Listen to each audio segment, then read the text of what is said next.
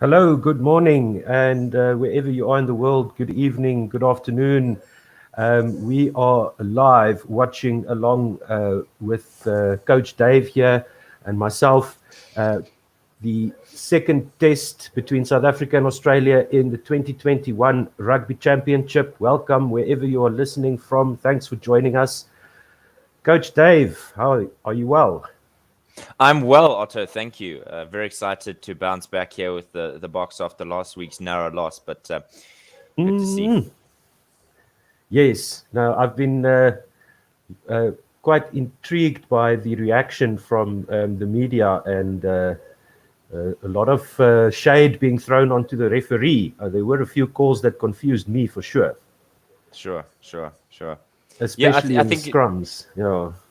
definitely, and I think that's something that has been much talked about. Consistency in the referees. So we'll have to see how that pans out today with Carly, the Englishman, refereeing today's game.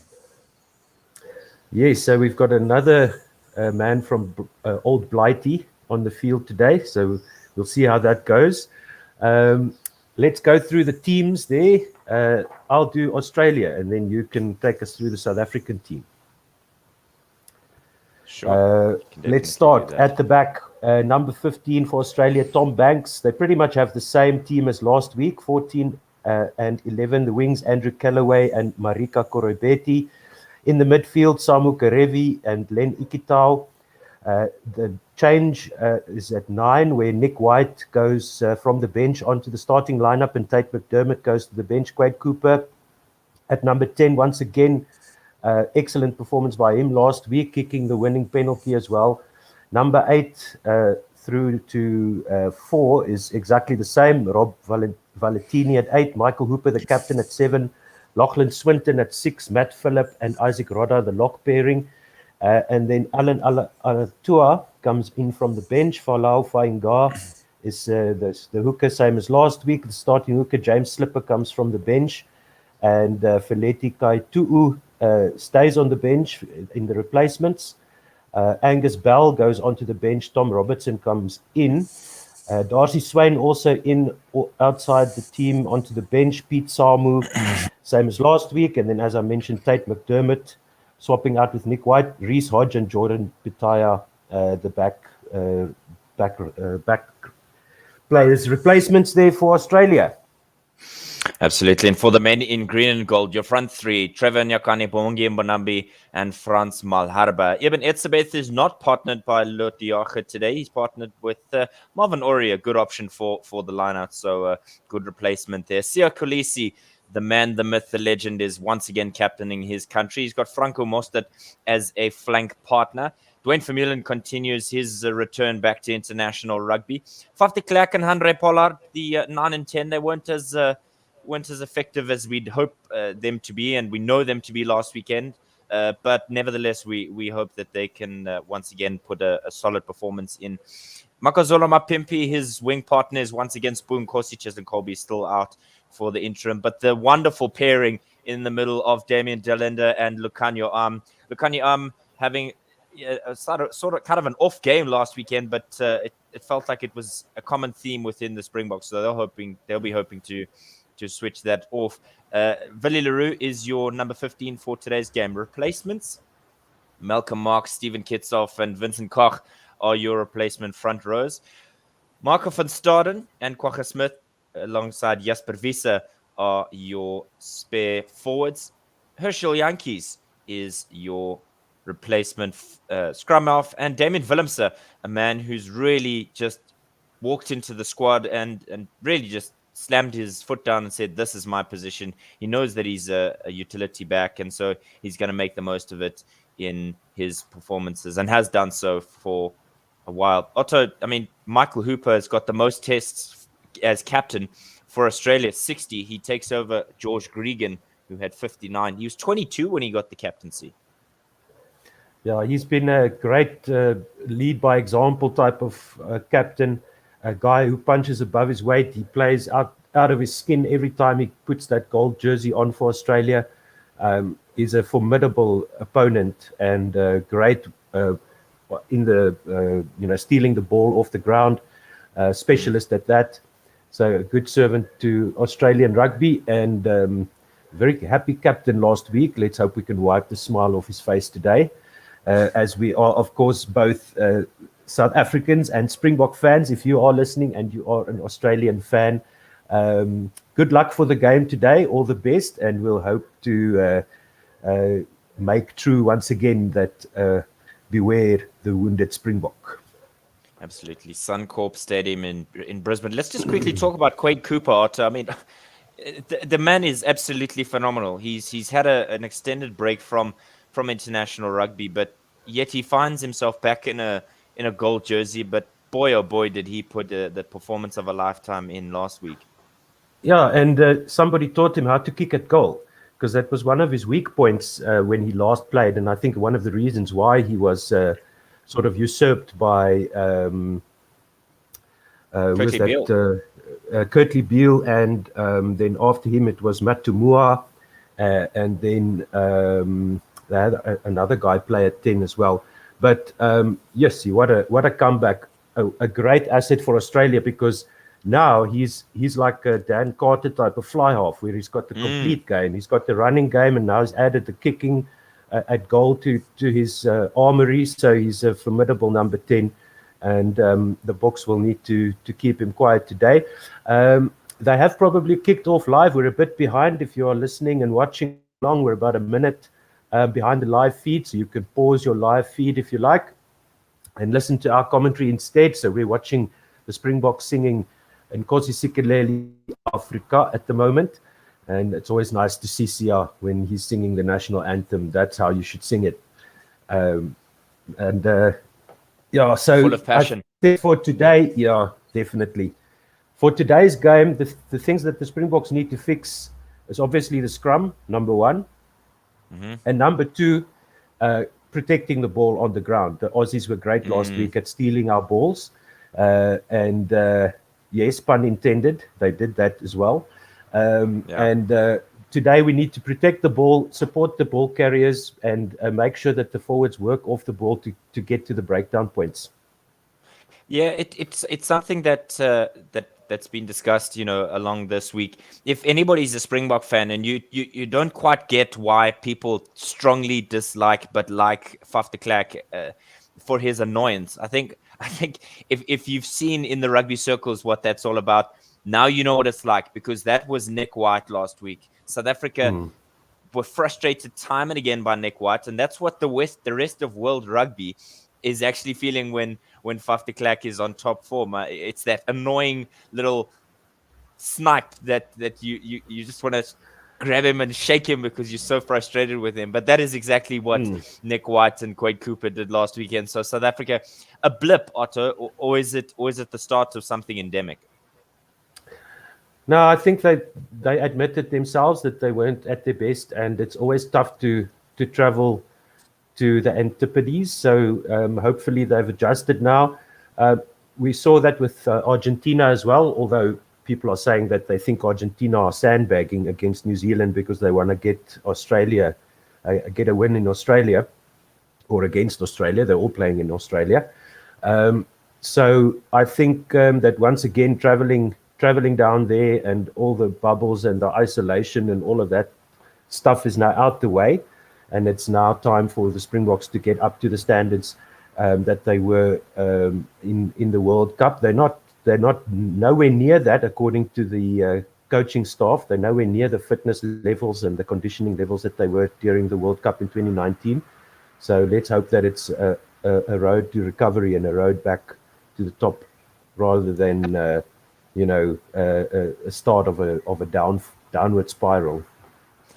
Yeah, absolutely. It's something that I think we must also be cognizant of. Before their game against Georgia earlier in the season, South Africa hadn't played rugby for over 800 days, and so that's Test rugby that clearly other nations have been playing. So I agree with you, Otto. I think South Africa's on a curve, on a trend, and I don't think it's downward yet. I think it was a blip. There was a bit of a concern for the kicking game last week, both aerial and goal kicking. But I'm sure you and I know that it's okay for players to have an off day once. I mean, it's not like it was a rout. It was pretty much a 2-point game. Yes, they, the Springboks allowed the referee to play a part in last week's game, and let's hope they can avoid that situation today.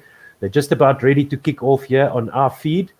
So we'll let you know as soon as that happens. We see Michael Hooper bouncing around like a little rubber ball. He's full of energy. Quake Cooper is going to be kicking off for the Wallabies against the Springboks. He does so now. The ball goes high into the air and just inside the 22 of the Springboks, collected by, I think, the Dwayne Vermeulen. And Faf de Klerk is ready at the back of this ruck. He kicks high into the air. The Springboks playing from left to right. Ball comes down just outside the 10-meter line of the Springboks, and there's a penalty against the Australians. Let's see what the referee says here. That might be the referees looking for that obstruction of the kick chasers, but I'm not sure what that was for. It's on the 10-meter line. Andre Pollard kicks this ball high into the near side stands. And let's see here. I think they've taken out Eben Etzebeth unnecessarily there. Yeah, so that was taking out the chasers, of course, as we saw that also being discussed during the week. So South Africa have the line out just inside the 10-meter line of the Wallabies on the near side of the field. Bongi Mbonambi is ready with the throw there. Looks like Matt Phillip was the guilty one there. Marvin Ori takes the ball, and it's a breakaway off the back of the maul there into the midfield. Go the Springboks. They manage to protect the ball. Faf de Klerk has it there. Another potter forwards. Marvin Ori goes up to the 22, just short of the 22 in the middle of the field. To the far side they go. Allende, Pollard wrapping around. Willie Leroux into the back line, kicking the ball through, collected by one of the Wallabies there inside their 22. That looks like Callaway, the wing. They have a ruck now on their 22, do the Wallabies. As Willie Leroux just tried to kick that ball in behind the defense. And Nick White goes to Quake Cooper, who kicks this with the right foot high into the air to the far side of the field. The ball comes down just inside the 10-meter line where Andre Pollard collects. He runs forward now, kicks the ball on his halfway line, chased by Willie Leroux. Comes down just outside the 22. Willie Leroux is there. It looks like Nick White there, giving it over to one of the forwards there, set up just outside the 22 of the Wallabies. They go with their forwards once again to the near side. Nick White has the ball at the back of the ruck. Eben Etzebeth asking if the ball is out. The referee says no. Quade Cooper gets the ball and punts this one to the middle of the field. But it's offside play by South Africa, and they have a penalty to Australia just outside the 22 on the far side of the field. Faf de Klerk too quick out the blocks there, so he's got to keep an eye on that, make sure that the timing is up, and I think that's something they'll be mindful of as they go. 2.5 minutes gone, still 0-0 in Brisbane.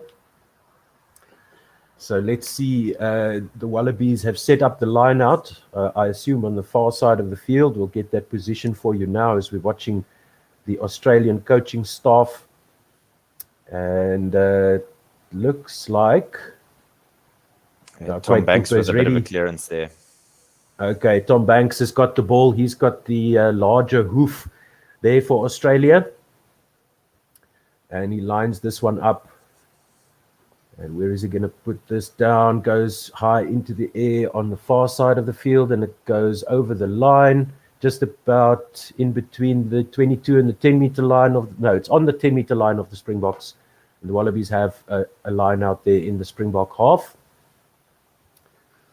So that is Fainga throwing in. It's taken at the front by Phillip. They wrap around Nick White to Samu Karevi, who breaks through the midfield. He's onto the 22-meter line as he's tackled by Makazolo Mapimpi. Nick White goes to the far side now, and it's an inside ball to the hooker. Another knock on there by Australia as they fall over the goal line. Wow, dangerous play there once again. One missed tackle, and Samu Karevi breaks the defenses of the Springboks there. Tackle is falling off him, and eventually Pollard and Mapimpi getting him. And then we saw Valentini, and then the prop there, Alatua, but it was a knock-on by one of the attacking players there for Australia, and it'll be a defensive scrum. Yeah. Falau Fainga, yes, just about 6 meters away from the Springbok try line, a defensive scrum here, the first scrum of the match. 4 minutes and 10 seconds gone, 0-all is still the score, but the Australians almost making it over the try line of the Springboks there. Good scramble, but a mistake by Australia costing them a try there. So Faf de Klerk will put the ball into the scrum. The scrum collapses as soon as it's set, and they'll have to, referee will give them another chance to see what they can do. Trevor and Yakane there, one of the changes in the Springbok side, coming in outside of the match 23. And is it Oxenche who sacrifices his spot in the playing 23 today in the team,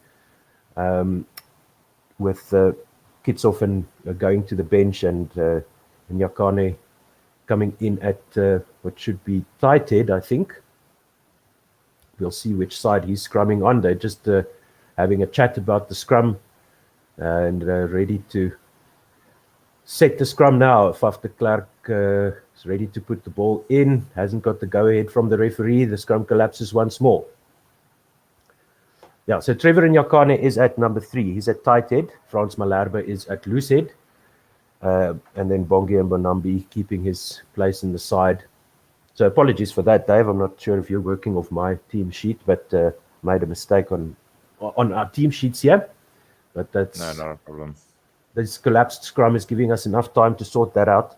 And then Marvin Ori and Eben Etzebeth are here, are high school mates. They went to school together at Tygerberg, I think. Some high school in the Cape, some description. So now 5 minutes have gone, and there's a penalty against this Australians for collapsing the scrum. And the referee gives the penalty and the relief to South Africa. First scrum penalty to South Africa in today's test match. Andre Pollard sends this one to the far side of the field, and it comes down just past the halfway line. Now we can see the tight head there for Australia, or the loose head, excuse me, James Slipper just slipping his bind and putting his elbow down onto the ground, and he was penalized there by the referee. Bongi Mbonambi has the ball on the 10-meter line of the Springboks. Throw into the front where Marvin Ori collects. They set them all, and this time it looks like they are going to drive with them all. The Australians have defended them all well in this match. In the previous match, this is the first time the Springboks try and set it. They've got to use once from the referee. Faf de Klerk is there at Bongi Mbonambi's side. The ball is moving forward now across the 10-meter line. Faf de Klerk gets this penalty advantage. It looks like goes to Andre Pollard out into the midfield, who wraps around. This one goes to Sabu Nkosi on the right wing. He's tackled here just over the 10-meter line of Australia. There's nobody there to clean the ruck for South Africa, but Faf de Klerk has the ball. He goes to one of his forwards.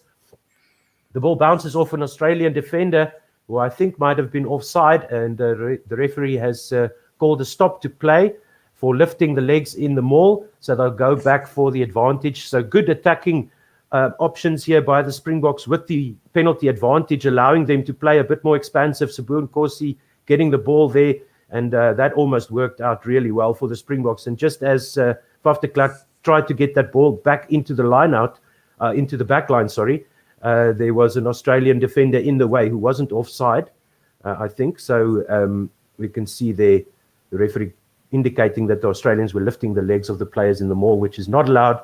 So the penalty kick is taken, and the line out will be set well inside Australian territory now. Good opportunity here for the Springboks. They have the line out on the far side of the field. They're playing on left to right, from left to right on our screens. And they'll have the line out on the 22 of Australia. 8.5 minutes gone. Still 0 points partout. 0 points for both sides. Bongi Mbonambi is ready with the line-out ball now. Throws it in, and once again Marvin Ori goes up high. This time the Wallabies crashing through the middle, collapsing the maul. The Springboks have another penalty advantage here. Just outside the 22, Faf de Klerk gets this ball to the forwards. He goes up once again back to Willie Leroux, who pops this one over. It comes down in the middle of the field inside the 22, but they'll come back for the penalty. for a side entry into the maul, says the referee there. And the penalty is on the 15-meter line on the 22 of Australia. So this should be 3 points to South Africa. Let's hope that Handré Pollard found his lost baggage with his kicking boots in them. I think he might go for the corner here. I think South Africa won 5 points early on. You think so? I think so. Ooh, let's see. What do they do? Vrachtig, those cocky bastards. They're going for the corner. Handré Pollard sends this one into the crowd. Oh no, let's hope they come away with the points here, Dave. I think they've done well enough in the maul early on here. Oh yes, no, we saw now. What is that now? 2 penalties from the maul, so that's good. And if they can put some pressure here, maybe get a yellow card. Bonke Mbonambi has got the ball on the 5-meter line. Marvin Orri goes up, comes down, and the Springboks have peeled off the maul. They've set up the ruck 2 meters away from the Wallaby line, but they are penalized by the referee. I think that must be for double movement on the ground. Okay, I thought it might have been for holding on. Eben Etzebeth broke away from the maul and then got tackled and then went again, crawling along the ground to try and get the Springboks closer to the line, and they are penalized and they let Australia off the hook. They let the 3-point slip, so make a note there. 10 minutes gone, and you take us through the next 10, Dave. Absolutely. The resulting line out for the Australians on their own 22. Good bit of work there from the pack there. Matt Phillip collecting, but immediately kicked away by Nick White. It's collected in his own half. Makazole Mapimpi passes it on to Villileroux in between 10 and 22 meter lines. The kick goes up, hands high in the air for everybody. Immediately, Makazole Mapimpi hammers Nick White as this ball comes down. It doesn't really come down because they end up forming a bit of a maul there. And so the men in gold pile men into this. There's only 2 South Africans in the maul. It's Makazole Mapimpi and Franco Mostert. Eventually comes down into a ruck on the halfway line. Referees pointing out something here as they try and get some play going here. Up and under, or rather punt forward from the Australians, and it means Villileroux has to collect in his own 22, try and clear his lines here, and it looks like he's going to kick for touch. He doesn't make touch on the far side. There's a massive opportunity here for the Wallabies to counter-attack. Huge tackle there from Franco Mostert on his own 22.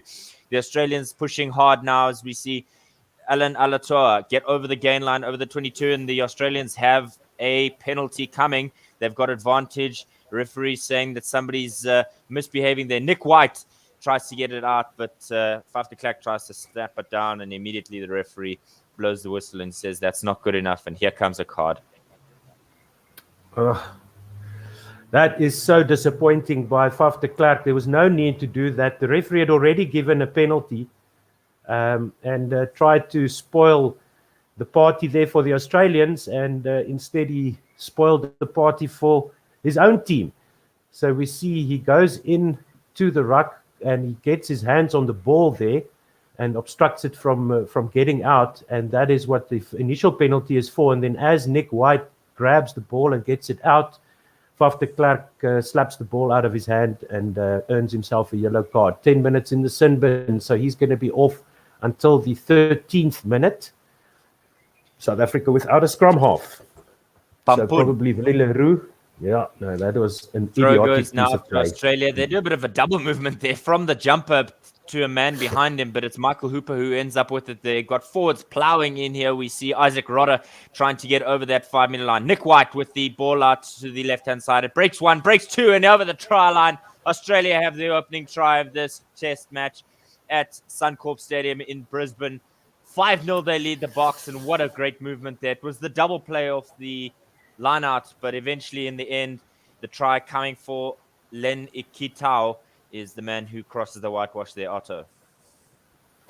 Yes, once again, the Australians just spreading the ball wide enough, and one missed tackle there in the midfield on Len Ikitau allows him to break the line. That was Handré Pollard missing a tackle there, and Marvin Orri, and then Len Ikitau saying thank you very much, diving over the line. Great play by Australia, punishing the Springboks for the slightest mistakes that they are making. So that is 5-0 to Australia with a kick to come in the 13th minute. For those of you who are following along in the audio broadcast, apologies for us not necessarily being immediately able to identify the players.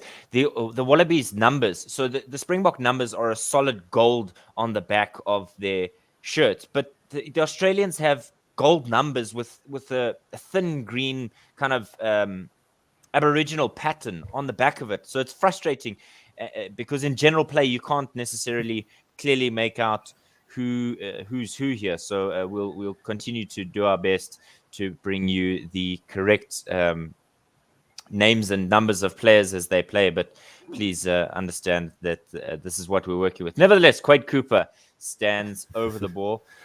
Regulation kick. He should slot this without much fuss, Otto. Yeah, it's an easy kick first up here for Quake Cooper.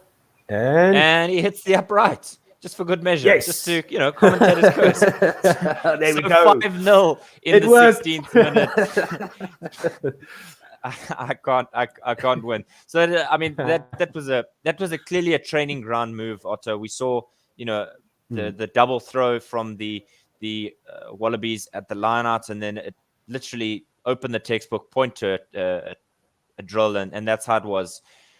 Following off with the kickoff there. Good catch in the deep there from the Australians. Immediately, Franco Mostert, Ibn Etzebeth, and Spoon Corsi are all over these Wallabies. Nick White standing over the ball. He sends it to his fly half deep in his own 22, but he manages to clear his lines there as the ball goes out just shy of about halfway, between 10 and halfway. 6.5 minutes remaining on that sin bin of Fafteklak for the South Africans as the Wallabies lead 5 points to 0. 16 minutes gone now. Bongia Manambi will make the throw. Quake Cooper is absolutely a fantastic, number 10. Like you said, he's got the all-round package these days. He's seriously a force to be reckoned with. For those who are worrying, or those who are wondering rather, the World Rugby rankings. If South Africa lose today, Australia will go into third and put New Zealand in a position to overtake the Springboks. But nevertheless, Marvin Ory with the catch at the line out. It's more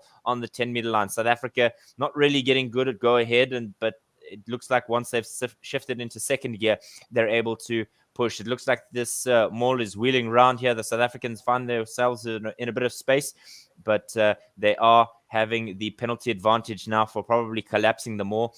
Dwayne Vermeulen is the man who's trying to clean things out, and the referee Carly blows his whistle. He's not happy with it because there's a guilty man in number 5, Matt Phillip, who was holding onto the ball there. Yes, that is exactly how it happened there, Dave. The maul once again getting a penalty for the box.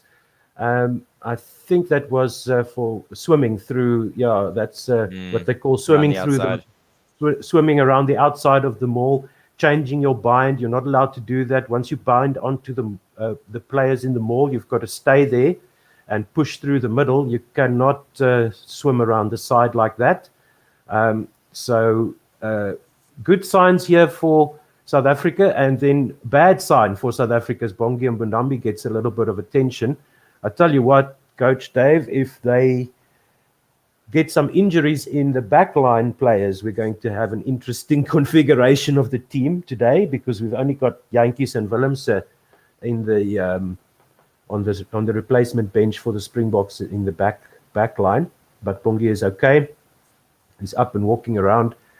17.5 minutes gone, just about. Time is off at the moment. They are having some drinks, and as Bongi Mbonambi got some attention there.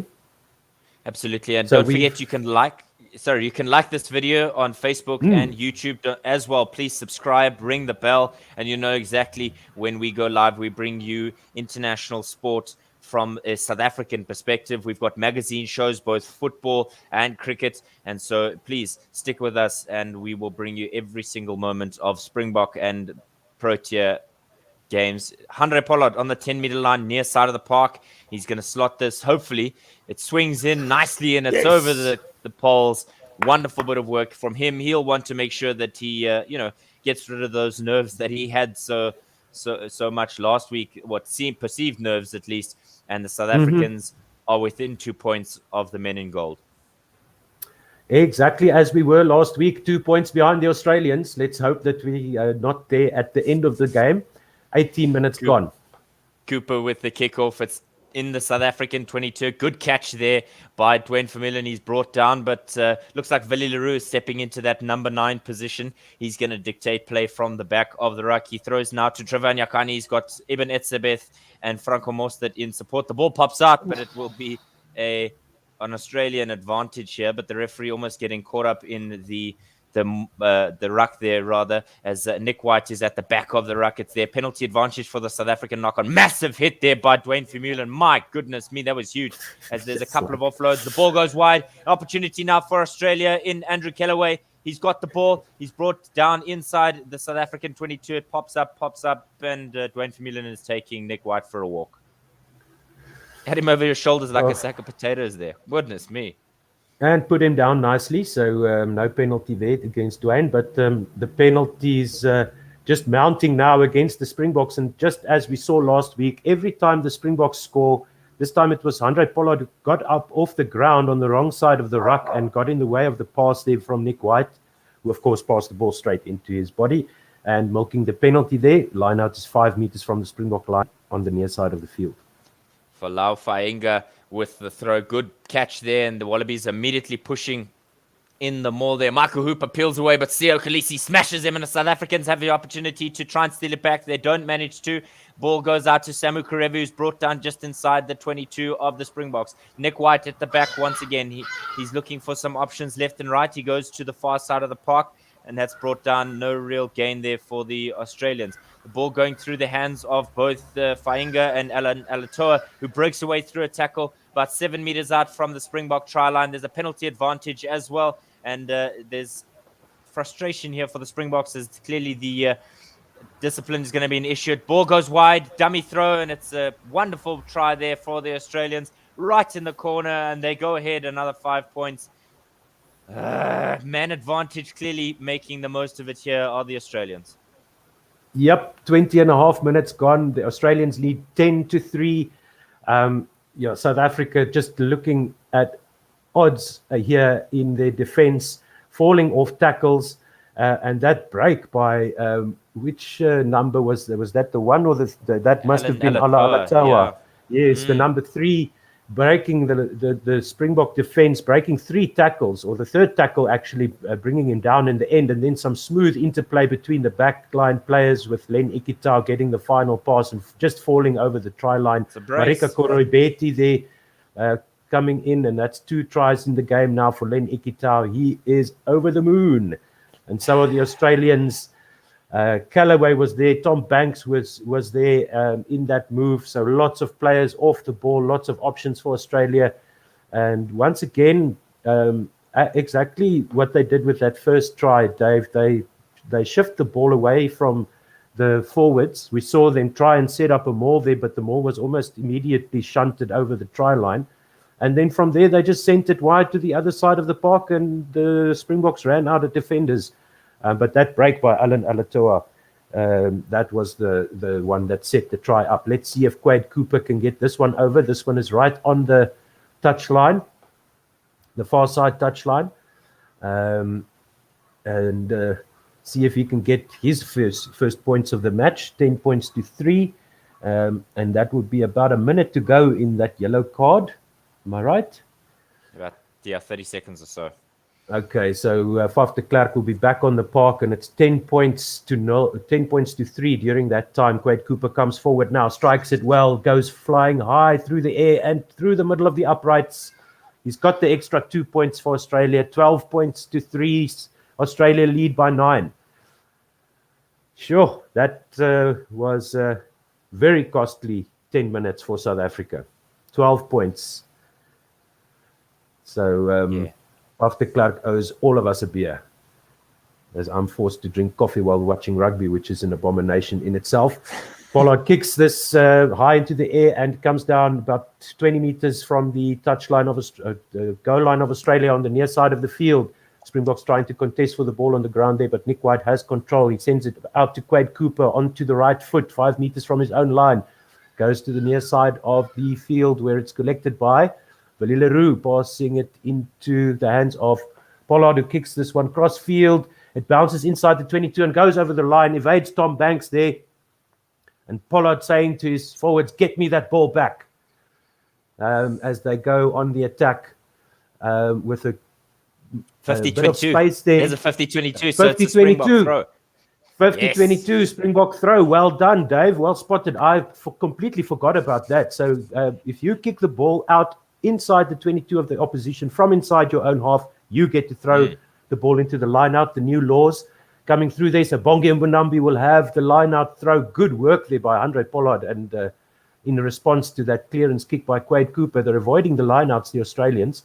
And Marvin Ori has it. Ball is set up on the 22 of Australia. It collapses now, but I think the referee has said that was Australia collapsing it. Faf de Klerk is back on the park and goes to Damien Dialende onto the 22. They go into the middle of the park here, goes out to Trevor Nyakane, who smashes into Matt Phillip, it looks like. Faf de Klerk has the ball at the back now, goes to Dwayne Vermeulen over the 22.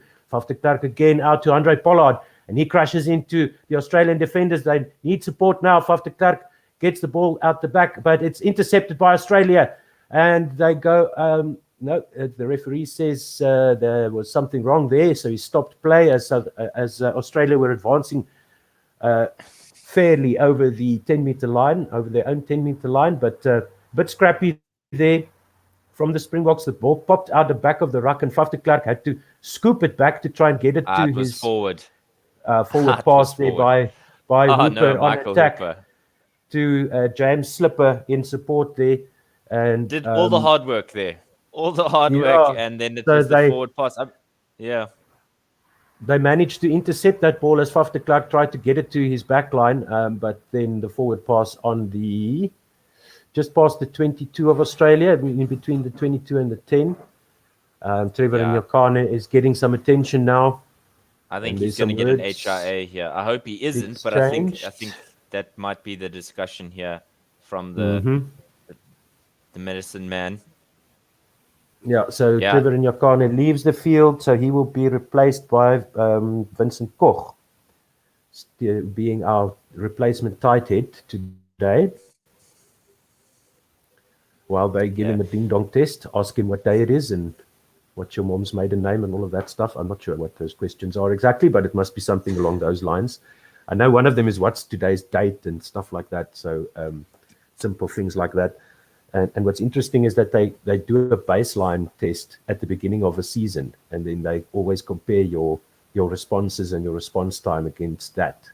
And so if you deviate from that baseline, it's Kitsoff that comes on the park. Okay, so Kitsoff is on, but he's playing at loosehead. So Frans Malherbe has shifted to tight head, which makes sense.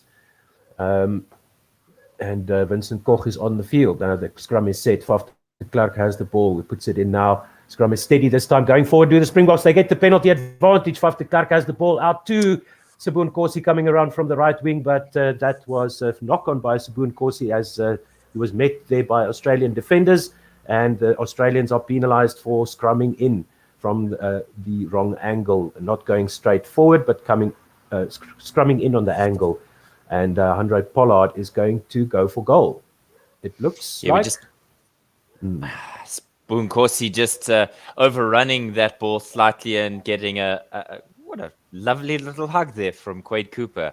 I can assure you there's no love lost between these two teams, but nevertheless, what happened there was Spoon Corsi sniping around from his right wing, cutting back on the inside to throw another man into that line there.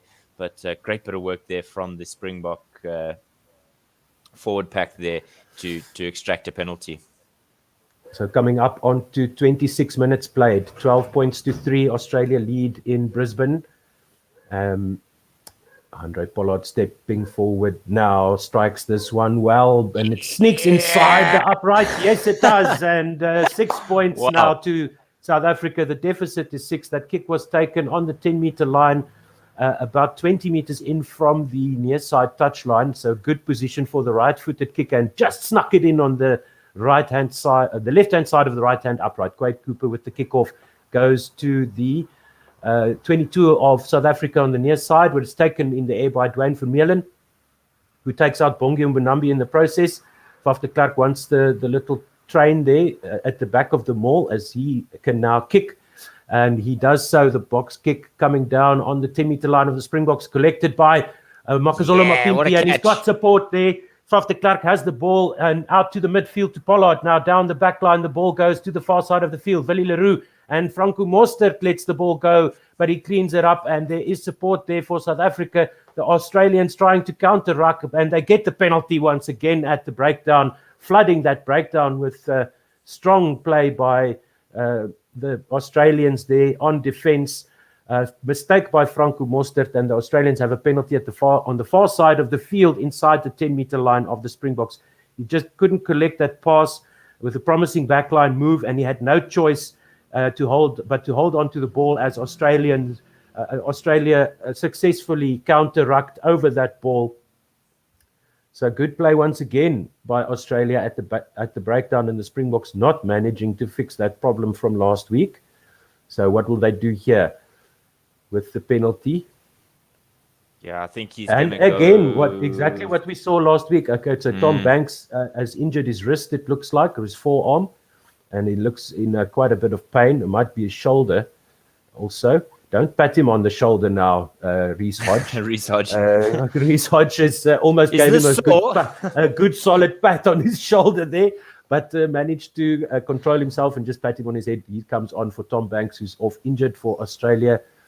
And it looks like Australia will go for goal. Go for poles, Yep, they're going to go for the posts. Good work there by Sabu and Corsi it was on the right wing to collect that kick. Yes. As much as it pains me to say, the Australians thoroughly deserved that penalty. You know, the South Africans did all the hard work there with Spoon Corsi, doing a great job just to make sure. I think they're just having a look there where the injury came from. It was from that tackle on Spoon Corsi, and I think his arm didn't do some justice. But the Australians were all over the Springboks like a Jack Russell on a tennis ball. Oh, yes. Quake Cooper sends this one through the middle of the uprights. And once again, the gap is out to 9 points, 15 to Australia, 6 to South Africa with 29. 30 minutes up on the clock, 29 minutes up on the clock. So, again, exactly like we saw last week, whenever the Springboks score, the Australians come straight back and score themselves. Andre Pollard kicks this ball to the near side of the field. It comes down inside the 22 of Australia, where it's met by Eben Etzebeth. But the Australians have a maul going forward now across the 22, 5 meters from the near side touchline. The ball goes to ground now, and it's out on the Springbok side. Dwayne Vermeulen to looks like Sabu Corsi out to the far side, where Lucanio is very well tackled there, but it's another penalty advantage to Australia for a knock-on, I think, therefore. I think he's jumped into the tackle. If not, he's knocked on. Yeah. Is that a penalty or a scrum? Let's see. I think it'll be a penalty. Andrew Kellaway, because on top I think of it him, might have been a second movement. Yes, he was tackled and then lost the ball forward. It's a knock-on, yeah. So he was tackled, but he wasn't tackled in the air. To be fair, he was a little bit tackled in the air. Yes, he just got his timing a bit wrong there, Kellaway, and they get a penalty to South Africa for that. So on review, the referee have spotted the tackle in the air, just getting his timing wrong there. Kellaway, Andrew Kellaway for Australia, and South Africans have a penalty on the far side of the field. Lucanio catching that ball and coming down into the tackle of Andrew Kellaway. He had to jump into the air to collect the pass, and Kellaway just got his timing wrong. With the resulting knock-on, Lucanio was within his rights there to get back up because he wasn't held in the tackle. And Kellaway shaking his head, that's unlucky. I mean, that's not intentional, and it's just a penalty there. Let's see if Pollard can close the gap back down to 6 points. The penalty is 15 meters in from the touchline, just outside the 22, on the left side of the uprights. Yes, he does. Comes forward, strikes this, and it's flat through the air, through the uprights, and it's 15 points to 9. Dave, take us through the final 8.5 minutes here. Let's get some tries on the board. Yeah, the Springboks have yet to cross the whitewash, but this is going to be a key passage of play for them. Quake Cooper up high. Kitshoff is on, and Nyakane is obviously off for his HIA test. Vermeulen is the man who makes the catch just inside his own 22s, where he eventually comes down. Faf de Klerk trying to squeeze in there to try and get it through the legs of his forward pack there. Box kick now and an opportunity for Spoon Corsi to make the catch. He doesn't, it pops out, but eventually Sio Kolisi gets it, and somebody's stolen it on the ground, but the assistant referee says it's out, and it's a block ball. So great work there by the Springbok captain to do a bit of recovery. Oh, yes, that was wonderful support there for the kick chase. Kick is only as good as its chase, so good work there. And as Reece Hodge managed to grab the ball at the back of that ruck for Australia, he put his foot in touch, and it will be a Springbok throw on the near side of the field. Inside the Australian half. Some ice on the back of his neck. Let's hope that he's okay to continue. It looks that way. He's also having a chat to the physio.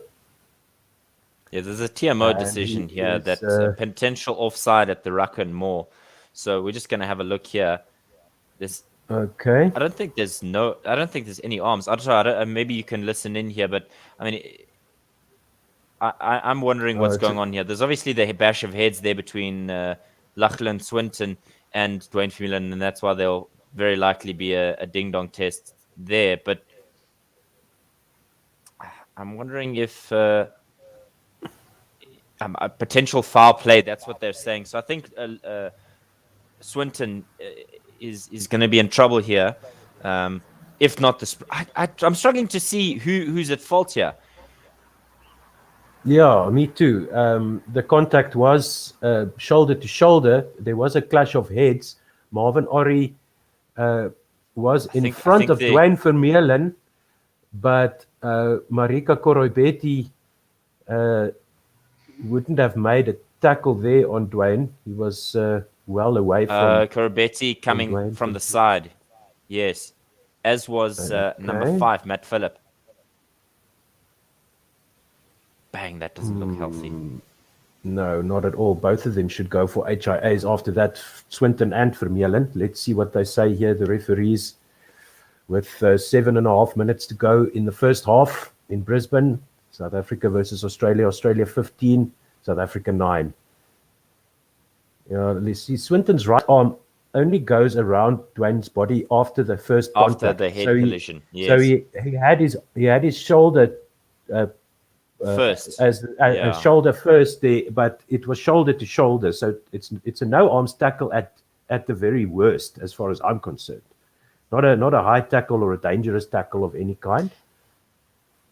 So he leads with his arm by his side directly into contact. There is a shoulder to shoulder contact, according to the referee, as well as the head to head, because the player is upright and it intends to make a legal tackle. No mitigating factors. Red card. 6 red. Wow. Lachlan Swinton getting a red. Sure. That's what the decision looks like it's going to be. Swinton got a red card on debut against the New Zealanders, and it looks like he's going to pick up one here again. They're just going to have a look again. He's led in with his right shoulder, and the tackle is delayed. He only then lifts his arms. His left arm is there, but he kind of drops it the moment before he hits it. And I can't see any reason why the referee wouldn't give a red card. It's a yellow. It's a yellow indeed. So okay. Initial discussion from the referee was saying, I think that left arm Otto has just saved him there from almost a certain red card. 10 minutes in the bin. Yeah. I mean, that's even that is a bit harsh as far as I'm concerned.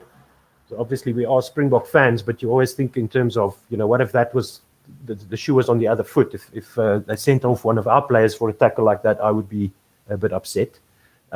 So Lachlan Swinton, and I think that's why the yellow card is the kind of the happy medium. I think a red would have probably been a little bit too steep. But Dave Rennie, the Australian coach, nodding and saying, probably a fair decision. Okay. 32.5 minutes gone. South Africa with a throw near side of the park. Remember, they're playing left to right on our screens. The Wallabies right to left. Everybody's in their traditional colors, green and gold, gold and green. And Nyakane is back on the park, where Kitsoff will make his way off as that HIA comes to an end. Bonge Manambi is at the back of the mall. They're doing a fantastic job there. The Springboks, as they push through. It's now collapsed, and there's an opportunity for Faf de Klerk to get in. He passes it now to De Allende, who breaks through one tackle and gets some good momentum over the 10-meter line. He finds Pollard, who goes to Lucanio, ball through the hands. Villiers Leroux's got Makazolo Mapimpi on his outside. Good bit of work by the Australians to try and counter. Just over the halfway line, just behind the halfway line, rather, Marvin Ori with the ball. Faf de Klerk again. He finds Andre Pollard. Pollard to Mostert. Mostert is...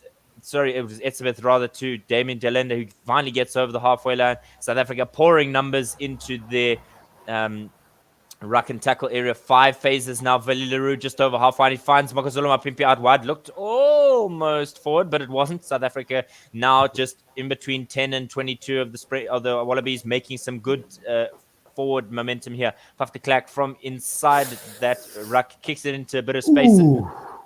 Well done. Kicks it out with about 2 millimeters shy of the try line. So South Africa will contest the line out in the Australians' half, but at the 5-meter line. If that ball was round, it would have been touch in goal. But the last bounce of the ball just saving Faf de Klerk some blushes there. And the Australians will defend their line out here on the 5-meter line. Sure, that was close. Good bit of work there. That was so close.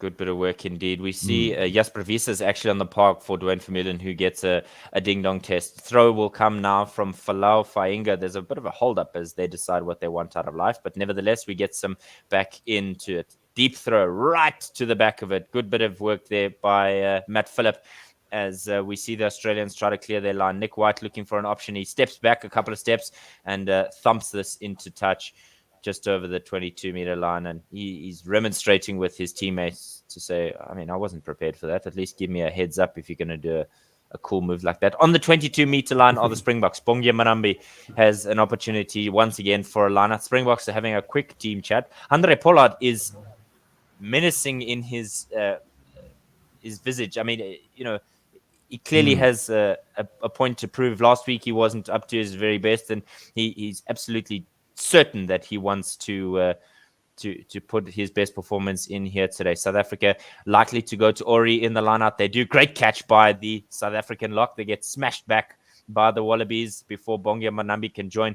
They use it once is the call, and the referee calling people back. And a good bit of work here by Matt Phillip going over the top, but in the end, de Klerk comes and finds Lucanio Amu supporting Damien Delenda. Bonge Manambi just shy of the 22-meter line. South Africa with a penalty advantage. Siya Kolisi smashes into 3 Wallaby players, but still manages to get over the 22. Faf de Klerk looking to go to the far side, and it's held up. The Australians misbehaving in the ruck and tackle area.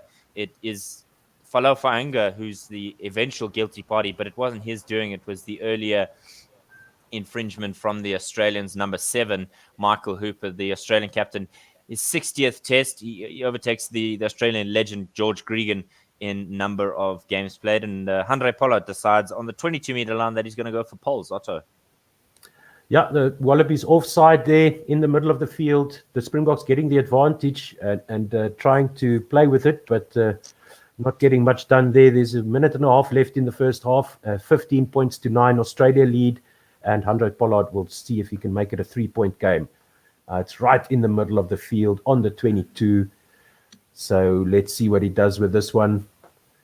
Can he bring them within 3? Watches the post. 3 from 3. Comes forward now and strikes the penalty kick flat and straight and through the middle. Easy. Good kick by Andre Pollard. Makes it look easy, making difficult things look easy. 15 points to 12 now. Australia lead with just about enough time to get the kickoff done.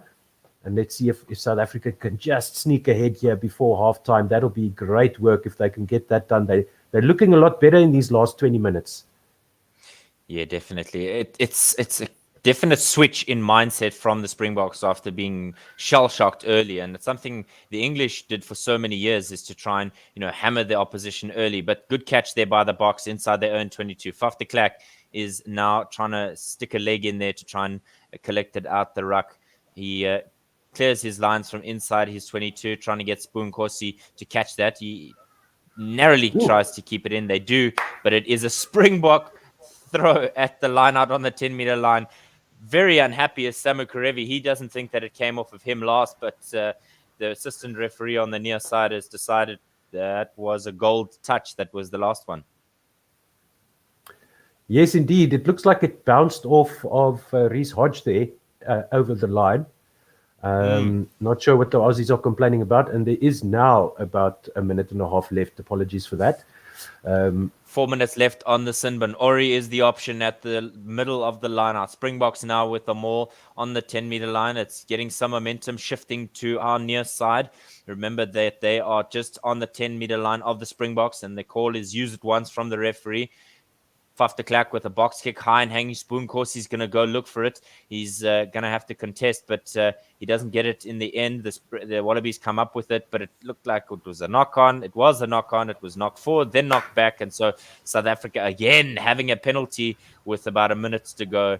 And the discussion will be whether or not they go for something. Eben Etzebeth receiving some tests here to see if he's okay. But it was the initial knock-on from the Wallaby number 11, and that was Marika Kuribeti. The Australian coach is saying, what on earth is going on here? Yeah, so it'll be a scrum to South Africa, I think. Yeah, Faf de Klerk has the ball. Eben Etzebeth is getting some attention. Slight break in play here. This will be, no doubt, the last movement of the first half. There's about a minute to go. But the clock is stopped. 15 points to 12. Australia lead in Brisbane. Can the Springboks get into the lead, just sneak into the lead here for the first time in the match just before halftime? That'll be great. I think that'll give them a lot of confidence.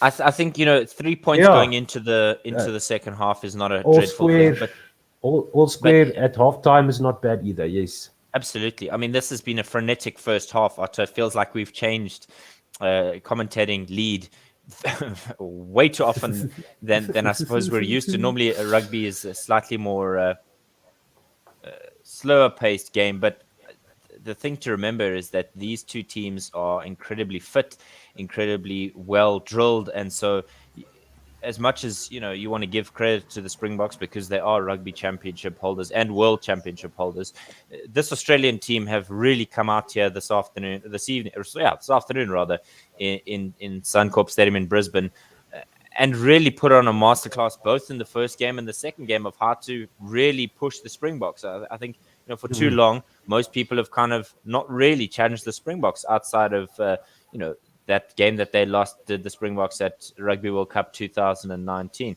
There's a reset on the scrum here, and that's why there's a bit of a break in play from our side. But an opportunity here for the Springboks to hopefully sneak ahead here as we head into the final 30 seconds of this half. Faf de Klerk having a word with his number 10 general. After playing against Georgia, the British and Irish Lions, playing against our own domestic teams and then against Argentina, this is the first time the Boks have faced a running rugby kind of approach from their opposition. Faf de Klerk with the feed now. Big scrum here from the Springboks. It's collapsed at the front, but the referee saying nevertheless. Dialende on the ball. He breaks away and he's got Andre Pollard with support. Valeru, Marcus Zoloma Pimpi on the outside. He tries to break, but he runs into his own teammates, Spoonkosi, but the Springboks are able to hopefully hang on to it here. Wonderful bit of counter-rucking there by the Wallabies, but they still have a possession of the ball. Do the Springboks? Do they know? Yes, no, yes, no. Who's going to come out on it? Looks like it's the Wallabies who are going to collect it. They have done some wonderful bit of work to get it over to their side on the 22-meter line. The hooter has already gone. Nick White, and it's kicked out. That's halftime from the Suncorp Stadium in Brisbane. It's 15 points to 12. The Springboks coming back nicely in the last little bit. If we can quickly do some comments. So from our YouTube, don't forget to like, subscribe, ring the bell, and this is the way to go. Pierre Marqua says, legend gents, we're living in 2021 and I'm listening to rugby like my Opa did after the war. There we go. He said, well played. So he's obviously talking about Faf getting sent off. They said Balls of Fuzz is saying, well, he thinks Faf needs to be dropped and he'd pick Reinach ahead of Corvus Reinach ahead of Faf de Klerk all day long. Zander Blom says scoring tries doesn't make you good. Faf is way better. Jacques was asking who got the yellow card. It was the Australians that picked up the yellow card. Lachlan Swinton.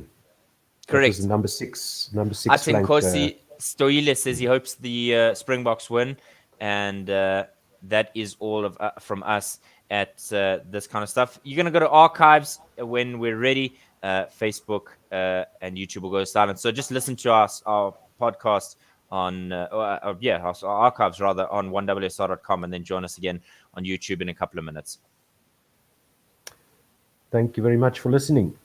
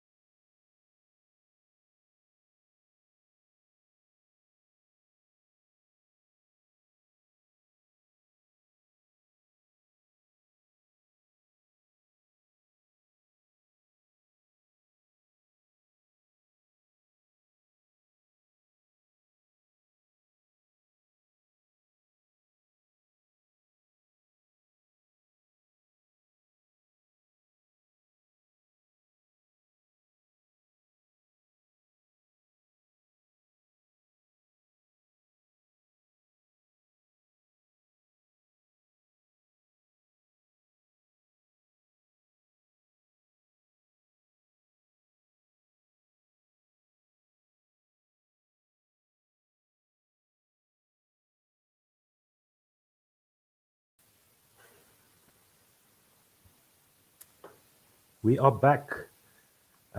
Thank you very much for sticking with us. It is halftime in Brisbane, Australia. The Springboks trail the Wallabies by 15 points to 12. Dave, what do you reckon?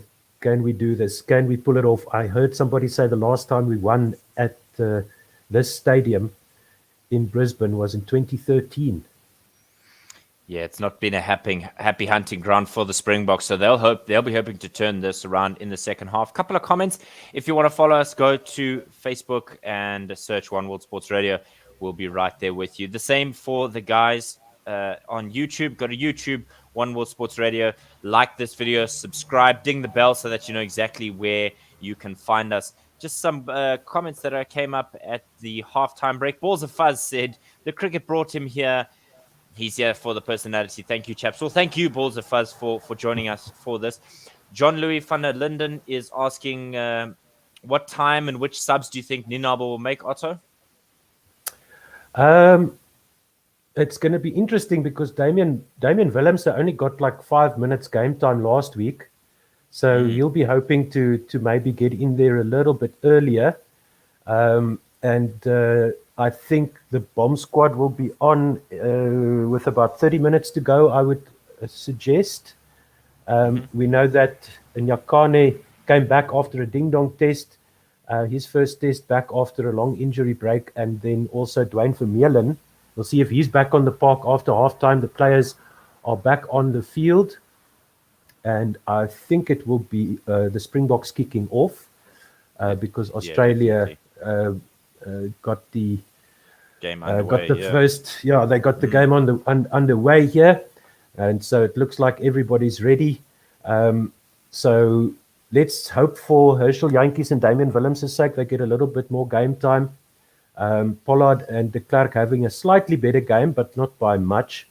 A little bit more success as Pollard kicks off now to the 22 of the Wallabies, right on the 5 meter line, and it looks like Ikita with the left foot on the far side of the field as the players playing from South Africa playing from right to left now on our screens, and Ikita setting up the line out just outside the 22 of the Wallabies, or just inside the 22 of the Wallabies. In fact, bad kick by the double try scorer today. Bonge Mbonambi is ready with the throw. He gets the signal call there from Nyakane. And the ball goes to Marvin Ori once again. The Springboks set them all as they did before, and it's immediate advantage. Dr. Clark sniping around the far side of the field, gets the ball to support Corsi, but there's nobody there to support him. And Australians are punished for cutting out the support legs as Faf de Klerk taps and goes. He's off 5, 6, 7 meters out of the try line. There's Kolisi out to Bonge Mbonambi, out to Pollard with the wide pass to Makazole Mapimpi, who's collected there by Callaway, and there is support there for the Springboks. They managed to protect the ball. Where's Faf de Klerk? He's not there, but the ball comes out now to Frans Malherbe inside the 22, and Faf de Klerk is there. He gets the ball out to Franco Mostert, goes to Marvin Ori, and he gets tackled inside the 22 of the Wallabies in the middle of the park. They go to the far side. Pollard out to Willie Leroux, through the hands. Sia Kolisi out to Sabu and Corsi, and Kolisi is right there to support Faf de Klerk around the short side with the kick for Sabu and Corsi, who just falls onto that ball. Lucanio it is, who gets the try for the Springboks, the first try of the match, and they take the lead for the first time after 42 minutes of play. Great work there by Faf de Klerk to spot the gap, and he broke around twice there to the short side. We see a replay here. Good support there. Good support play by the Springboks. Faf de Klerk spotting the players out of position there for the Wallabies. Nobody at the back. Everybody was up into the defensive line, and look on your arm following that grubber kick into the in-goal area and just falling down on it right next to the touch in-goal line there. Good heads-up play by Faf de Klerk. Wow. I think before that should also be highlighted, Otto, Willie Leroux with the pass to find the man out wide there that eventually got that ruck that allowed Faf de Klerk to kick the grubber. My word, he just kind of tapped it on. Wonderful bit of work, and here's the conversion. Yeah, Andre Pollard sets this up about a meter inside the touchline on the far side of the field, strikes it now, and it's going to just shave past the right-hand upright. So his first missed kick, and the Springboks lead by 2, 17 points to 15, with 43 minutes gone now in this match. That was excellent play by Faf de Klerk. Just as our listeners were complaining about his play, the Wallabies kick the ball off. It's collected by Eben Etzebeth outside the 22, and he goes rampaging forward. They set up the ruck now, and it's a penalty to the Springboks as Michael Hooper goes in there, and he is throwing the ball down there in disgust. As we check for the signal here by the referee, not sure exactly what that penalty was for, but a penalty at the ruck there after the kickoff, with Eben Etzebeth making some good ground.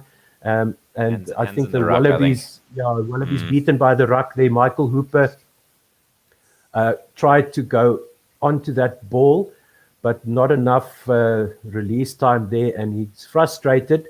And it's a little bit of a push and a shove there from Hooper on Franco Mostert, who just taps him on the chest there lightly. And Bongi Mbonambi has the line out now just outside the 22 of Australia. Goes short to Nyakane, out to Faf de Klerk. Pollard into the midfield goes Dialende in the middle of the park just outside the 22. Faf de Klerk is there, gets the ball out to the far side, and it goes through the hands now to Siya Kolisi, who's got the support there from his forward. Faf de Klerk out to another pot of forwards. They march up to the 22 of Australia, do the Springboks. Out the back goes to Willie Leroux, who's tackled behind the advantage line, and the Springboks manage once again to protect the ball. Much better work at the ruck here for the Springboks. And Nyakane now goes just inside the 10-meter line of Australia. Faf de Klerk now to the short side they go, and it's Willie Leroux back inside pass to another one of his teammates, and the ball goes to ground now. Willie Leroux is at the back there, goes out to Trevor Nyakane, who gets past the first attempt to tackle there, just inside the 10-meter line of Australia, and Pollard will kick now to the far side of the field.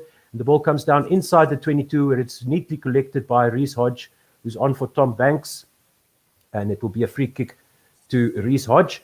He does take that now, and it goes high up into the air. Are they going to try and avoid the line out once again, Australia, as we see Makazola Mapimpi getting some attention there? No, it's Bongi Mbonambi. Both men with the same shaven head. Got me confused there for a few seconds, but Bongi difference in is size, though.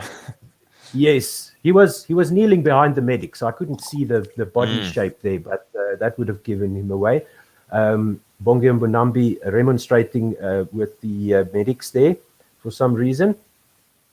Yeah, he just feels like he's healthy, but the medics will always make sure that he's looked after. I'm not quite sure what Michael Hooper was doing there. He was, the man was clearly tackled, and then Michael Hooper still hanging on and tugging at his leg in the air there. Unnecessary. Nevertheless, the Springboks are in the lead, so we're not too worried. Let's keep it that way, Dave. You and me need to bring this home for the Springboks here. They're looking at a different side here at the start of the second half. Much more energetic. And we'll see play resume now with a line out to the Springboks, because Reece Hodge kicked that ball out. Or are they going to retake the free kick? They're going to retake I think they retake it, yeah. Retake the free kick. Springboks went back the 10 meters, I think. And they do avoid the line out once again. The ball goes into the 22, collected by Pollard. He's got Willie Leroux with him. He sends this ball up high into the air. It's going to come down just on the 10-meter line of Australia. Reece Hodge tries to collect, but it falls for Willie Leroux. Faf de Klerk with another box kick into the far side of the field, where he spots a bit of space there. And this time, the ball is taken back in goal by Australia. Reece Hodge kicks this one from his own 5-meter line. And this time they do set up the line out on the far side of the field. The Springboks will have the throw in. And it will be just on the Springbok 10-meter line, it looks like. Where's that assistant referee standing? Yeah, it's just inside the Wallaby half. Okay. As we see, right. So good change. There by Bomb squad look like they're coming onto the park. Here we go. And Malcolm Marx will replace Bongi Mbonambi. Stephen Kitsoff will replace Frans Malherbe. Marvin Orri coming off. Kwagga Smith coming on. Jasper Visa, I think, is already. Vincent Koch replacing Frans Malherbe. Trevor Nyakane will go off as well. He's had a good return so far. Good runs there at the start of the second half. So just on the 46-minute mark now, South Africa leads 17 points to 15. You said half an hour for the bomb squad. There's 4 minutes out. Minutes left. There you go. Malcolm Marx with the throw just inside the Wallaby half, and it's collected by Franco Mostert, it looks like. Yes. And he's moved to lock now. This maul by the Springboks looking a little bit better. The Wallabies try and collapse it, but it looks like, yes, the Springboks have the maul penalty here. They managed to get a few extra meters. It goes now to into the backline players here. From Faf de Klerk, they go over the 10-meter line of the Wallabies, do the Springboks. Pollard, inside pass to Malcolm Marx, who bounces off the first tackle. And the Wallabies are trying to contest the ball, but Springboks managed to keep control. They come to the near side. Lucanio on the 10-meter line. He gets tackled 15 meters in from the near side touchline. Faf de Klerk goes out to the middle of the park to Malcolm Marx, to Franco Mostert, just short of the 10-meter line of Australia. Good possession here for the Springboks. This time, Pollard, I think, sends it into the air. Was that Willie Leroux with the left boot? Must have been Leroux. Pollard. And this, was it Pollard? It's collected now by Quake Cooper inside the 22. And they managed to get out of their own 22, do the Wallabies. Koroibete, it looks like they're going across there, 20 meters in from the far side touchline. Nick White has the ball at the back of the ruck for Australia. He passes it back to Reece Hodge, who thumps this one far downfield into the middle of the field. The Wallabies avoiding any kind of set plays, lineouts and scrums. They're trying to avoid Willie Leroux now with the kick to the near side, just outside the 22. Callaway collects and kicks this one back down the field into the 22, where Willie Leroux takes the clean catch, takes the mark, and he will wait for his teammates to come towards him so that he can take the free kick.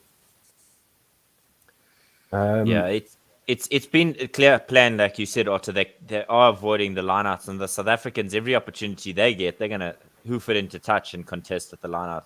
So because of the number of penalties that have come from the maul, I think that's a massive plus for the Springboks. They've done well with their set pieces here, as the Wallabies will have a throw just inside the Springbok half. There's also going to be a couple of changes here for the Wallabies. We'll let you know who's come off, who's gone on, and we'll keep Lachlan you in the loop Swinton there. is going off for the second time in the match. This time it's a replacement and not a red card.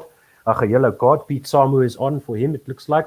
Wallabies throw now. They do tap the ball down to Nick White, goes to the middle of the park where Samu Karevi almost breaks a tackle there, but he's brought down inside the Springbok half. Nick White now goes to the near side. They switch play, and the tackled player is in the middle of the park inside the Springbok half. Nick White with the kick over the top there, spotting some space, but there are some players there for the Springboks. Makazolo Mapimpi gets man and ball and gets tackled over the touchline, and the Wallabies will have a line out on the near side of the field, just outside the 22, I think. We'll see where the position is exactly. Yes, just outside the 22. As Makazolo Mapimpi tried to collect that ball, he gets tackled. No, it's very much closer. It's about 20 meters out now. Hooper to the middle of the park he goes, and that is Valentini getting tackled. The ball goes about 10 meters onto the ground now, gets in the middle of the park, 10 meters out into Quade Cooper's hands. Now Nick White to the far side of the field. The Wallabies playing with a penalty advantage after that last ruck there in the middle of the field, right in front of the uprights. Offside play by the Springboks. And we see Quade Cooper, I think, is on the ground holding his face. Might have got because he took on a South African prop. That's the problem. Damage. He thought he could come off better with an looks engagement like with Koch. Yeah, it might have been an accidental eye poke there. We'll see a replay now. But that's not a good sign for Australia, because Jordan Pataya, I don't think, is a fly half replacement. So we see he tries to, and Vincent. He hands off Dwayne Vermeulen, and then eventually Vincent Koch comes in and pokes him in the eye unintentionally. Vincent Koch with an accidental eye poke there. But there's a follow-up slap there. You see the open-handed. I think because he's grabbed the the leg of the prop, and so the props retaliated. So I think that's what's happened there. That's not good. That's not good by Vincent Koch. We don't need another sin bin. The last sin bin cost us 12 points when Faf de Klerk did a similarly stupid thing. So let's see what they say here. Quake Cooper is checking to see if he can still use his eye and carry on playing.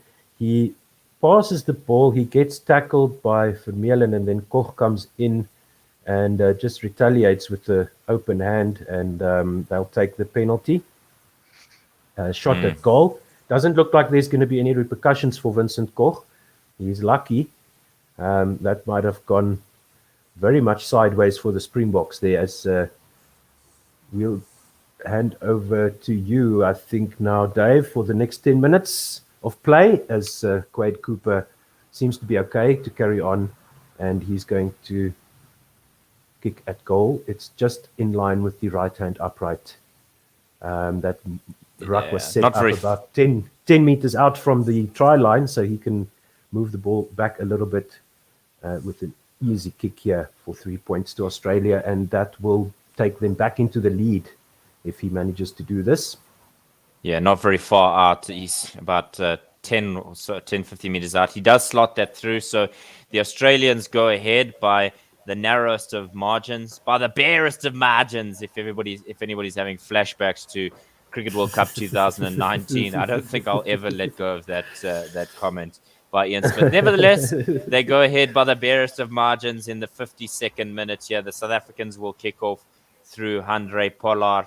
He does so. It goes to the far side of the park. Remember, the Springboks playing right to left. Good catch there by the Wallabies, but he's immediately swamped by a number of green shirts. The referee eventually catches up as the ball is held up. Nick White's deciding what he's going to do with it. I think it's a box kick coming now. It does come so, and it's high into the air. It's hanging. It's an opportunity for Willie Leroux to take a good catch. He does. He's got good support from Malcolm Marks and Faf de Klerk.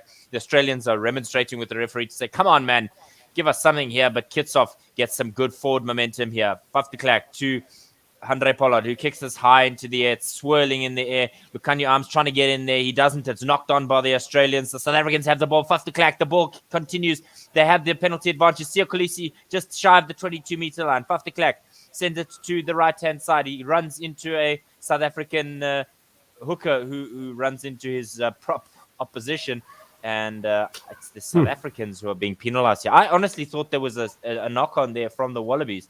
But yeah, it must have been advantage over for the Wallaby knock-on after we took the ball to the near side of the field. And surely he's knocked that on. Surely. I'm not quite sure did. How he's not he knocked did, that but they must have called advantage over for that knock. Yeah. Not happy Anyway, so is the Australian number 22, Reece Hodge. So we'll have a scrum here for the Wallabies as Malcolm Marks knocked the ball on just about 20 meters in from the near side touchline and 10 meters outside the Wallabies 22. Defensive scrum here for Australia. Let's see if the Springboks can put some heat on the scrum here and get that ball back. Because the back line of the Springboks looks like they're also in for a bit of running rugby today. Heated comment section on YouTube. So go add your voice to the grouping there. 1WSR.com, One World Sports Radio. Go find us there as the scrum has a bit of a reset. Short-term penalty, the Springboks early engagement there. But yeah, man. Another free kick coming. Nick White kicks it over the referee who's bent over. Just a reminder that this is week number 4 of Rugby Championship. Inside his own 22, Handré Pollard kicks it deep. And good catch there by Reece Hodge. He's going to hoof this high into the air. It's going to hang nicely for somebody to try and catch. Wonderful bit of work there from Willie Leroux. Immediately, Reece Hodge hammers him, but Willie Leroux doesn't have to worry. Blindside goes Faf de Klerk into Kitshoff. He's got Marks and Etzebeth in support. He's also got Kwagga Smith to extend the ruck there. Box kick imminent now. He does so. Little one over the top, and he's kicked it, and it's going to bounce once and into touch. Good bit of work there from the South African halfback. But coming back to the YouTube comment section, guys are discussing whether this is a same team from 4 years ago, from the fact that the referees don't seem to like the Springboks. They love the Australians. If you want to have your say, go into the YouTube comment section. Go like this video, ring the bell, subscribe. Make sure you follow every single moment of us. And you can find us on Twitter, Instagram, Facebook, YouTube, all the right platforms. Short throw now, and it's you have it, no, you have it, as the Australians knock it on into touch. So they tried to have a short go there. It was a good one to the prop. It looked like Slipper took the catch there at the front of the line-out, but the pass back to Falau Faenga was a terrible one, and so the ball is knocked on. Yeah, once again, as you said in the first half, it's difficult for us to tell these Australian players apart because they're wearing the gold, and then somebody decided to put yellow and light green numbers on their backs. So James Slipper gets replaced. I also spotted Dwayne Vermeulen back on the park. Yes. So he's going to get a few more minutes of play before Jasper Wiese will be brought back. It will be interesting to see when Herschel Jantjies and Damian Willemse get their chance. Yeah, I think the key is also for the Springboks to give Faf de Klerk a good amount of time. We know that what we get from Herschel Jantjies, but I think Faf de Klerk needs some time to get it back into the rhythm. The second half possession, South Africa having 67 of it, the Australians 33%. Scrum now just inside the Springbok half, between 50 and 10. And it's a good feed there from Faf de Klerk. South Africa will collect this now. Faf de Klerk onto Dalende, who runs into an Australian wall, manages to just start climbing over the top. Nevertheless, halfway line, Faf de Klerk with a box kick that he almost biffed it there. It was one that slipped out of his hands, and he tried to kick it, and the South Africans will now have to defend a penalty advantage as Nick White will take his opportunity. There's a poor bit of work there by the box at the ruck, and that means that the Australians have a penalty. The ball slipping. I just spoke about out of Faf de Klerk's hands as he tried to do the box kick there, but complete and utter failure. And then he passes the ball forward to Eben Etzebeth, who goes ahead and knocks it on. And then at the resulting ruck, the Springboks going off their feet, and Jock Nieuwenhuizen says fork. He wants a fork for some reason. Maybe he's got like a steak. Yes, yeah, he's got a knife. Somebody brought him the knife, but nobody brought him the fork. He needs the fork as well, as he's shouting there at somebody in the coach's box. Yeah, Feleti Katu is the man who's on the park to replace the hooker from the starting 15, Falau Faenga. Australia now with a break as they try and get through the South Africans' wall of defense. The ball through the kickoff, an attempted grabber kick finds Andrew Kellaway, who is held up there. South Africa have the penalty advantage because of an Australian blip there. Malcolm Marks at the back as scrum half. That's exactly what you want to see if you're a South African. Good throw there to Willie Leroux, who punts this just over the 22-meter line, near side of the park, and he's remonstrating to say, where on earth was Faf de Klerk or somebody of that ilk? Yes, so they had a knock-on advantage there. So a good option, in case you were wondering that we were kicking away a penalty advantage, it was just a knock-on, and Australia have the line out outside the 22. Throw once again to the Australians. Much better there, work from them. The ball goes through the hands, held up in the middle of the park with Quake Cooper. Nick White now looking to an option to go left. He does, and finds a pot of forwards with a bit of support from Isaac Rodder. The Australians now going to the far side. Cooper finds himself again in position. He tries to kick it through the Springboks, but they pick up the ball, do the men in green and gold. Willie Leroux at the scrum half position to Vincent Koch. He's got Dwayne Vermeulen in support between the 22 and the 10-meter line. Faf de Klerk goes to the far side. He finds Steven Kitsoff, who hammers through one tackle and has support from not Marco van Staden, rather, but Franco Mostert, who's done some great work. Marco van Staden will definitely, I'm sure, be on a little bit later. High hanging kick here for Spoon Corsi to chase. Nobody gets it, but eventually it's picked up by Lucanio to Faf de Klerk, who throws it to no one, who throws it to Pollard, who tries to get an interception, does Hooper, but Seokolisi gets a breakaway. He's got Makazoloma Pimpi on his outside, but through the hands of Willie Leroux, and he's chucked out. Now there's a bit of pushing and shoving as they take a quick throw. Do the Australians play continuing now, kicked away by the Australians, and it's been an ugly passage of play from both teams. It pops up in the South African 22. Damien Delinda steps once and loses the ball forward. It'll be an Australian advantage here as Spoon Corsi tries to stop play from the Australians. There's still an Australian advantage and kicked out by Vincent Koch. That was Did somebody dunk the ball in baby oil, because everybody's losing grip on the ball and knocking things on, and just scrappy all around by both teams. It's nobody wanted that ball there. No. As we see a replay here with Kolisi trying to connect, he gets the ball to Willie Leroux, and then Makazole Mapimpi once again gets man and ball right on the touchline. And then Damien Dalende losing the ball forward as he collected the kick inside his 22 and tried to make ground up to the 10-meter line with Sabu and Corsi next to him, and just dropping the ball in contact there for no good reason. Australia lead 18 points to 17, 59 minutes gone in the second test match here, as we see Tate McDermott replacing Nick White for Australia. Good to see him. Talking about substitutions, Reece Hodge, Otto, since he's come on, has absolutely had a smasher of a game. Yeah, good kicking game, and very nice work under the high ball as well. And the scrum is set on the far side of the field. Tate McDermott stepping away as the referee is not happy with the set there. Let's see what South Africa can do here in this scrum, if they can get that ball back. Nick White has the most magnificent moustache that I've seen in a long time. He looks like a 1980s style Merv Hughes. Traffic Australian cop. cricketer Merv Hughes. Merv Absolutely. Hughes.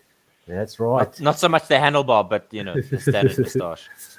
As Springboks do get a little bit of dominance here in the scrum, but the referee lets play continue. The ball goes behind the 10-meter line here. McDermott picks it up and breaks around the side, but he's hammered down into the ground by two defenders there. Over the 10-meter line go the Wallabies. They go to the far side, to the blind side, and there's some interplay there between backs and forwards, and Marika Koroibete gets the ball in space, and he runs around the Springbok defense and gets the try. That it will extend the Wallaby lead, and that will be an easy conversion as well. Good work there by the Wallabies, striking back off that scrappy scrum. And then as soon as the ball went dead, they just went into the blind side with numbers, and they immediately outnumbered the Springbok defenders, who didn't anticipate that move. They had 5 or 6 guys running through the blind side defenders there. And Koroibete collecting the final pass with nobody in front of him and nobody in danger of putting a hand on him from the side either. Untouched, he goes into the Springbok in-goal area, gets the pass just outside the 22, and then just easy run in for the speedster for Australia. Geez, we didn't need that, Dave. He manages to run around as well. So it's going to be an easy conversion here for Australia, and they will move their lead up to 25 points to 17. And Jock Nienaber is not impressed. Can you blame him? I mean, there was nobody at home there, but all credit must be given to the Australians for their hard work that they've clearly put in the training ground in this week off. They didn't step off the gas with South Africa. They make sure that they are not going to allow this South African team to dictate play to them. 23 points to 17. Excuse me. Yeah, with the kick to come, Quake Cooper lines this one up. It's about 17 meters in from the far side, from the near side touchline. We'll see what he does with this one. He looks at the posts, gets his head down, leans forward, comes forward now, strikes the ball well through the middle, almost through the middle. And it's an extra 2 points to the Wallabies. They lead 25 points to 17. Can the Springboks make up the 8-point deficit and get the win here today? It doesn't look like it from the way they've been playing the last 10 minutes. Don't know what happened all of a sudden. The kickoff by the Springboks goes deep into the Wallabies 22. It looks like he now kicks that to the far side into the middle of the park. Andre Pollard gets it, crosses the halfway line, and it's just a dink cross kick there. A fumble by Callaway.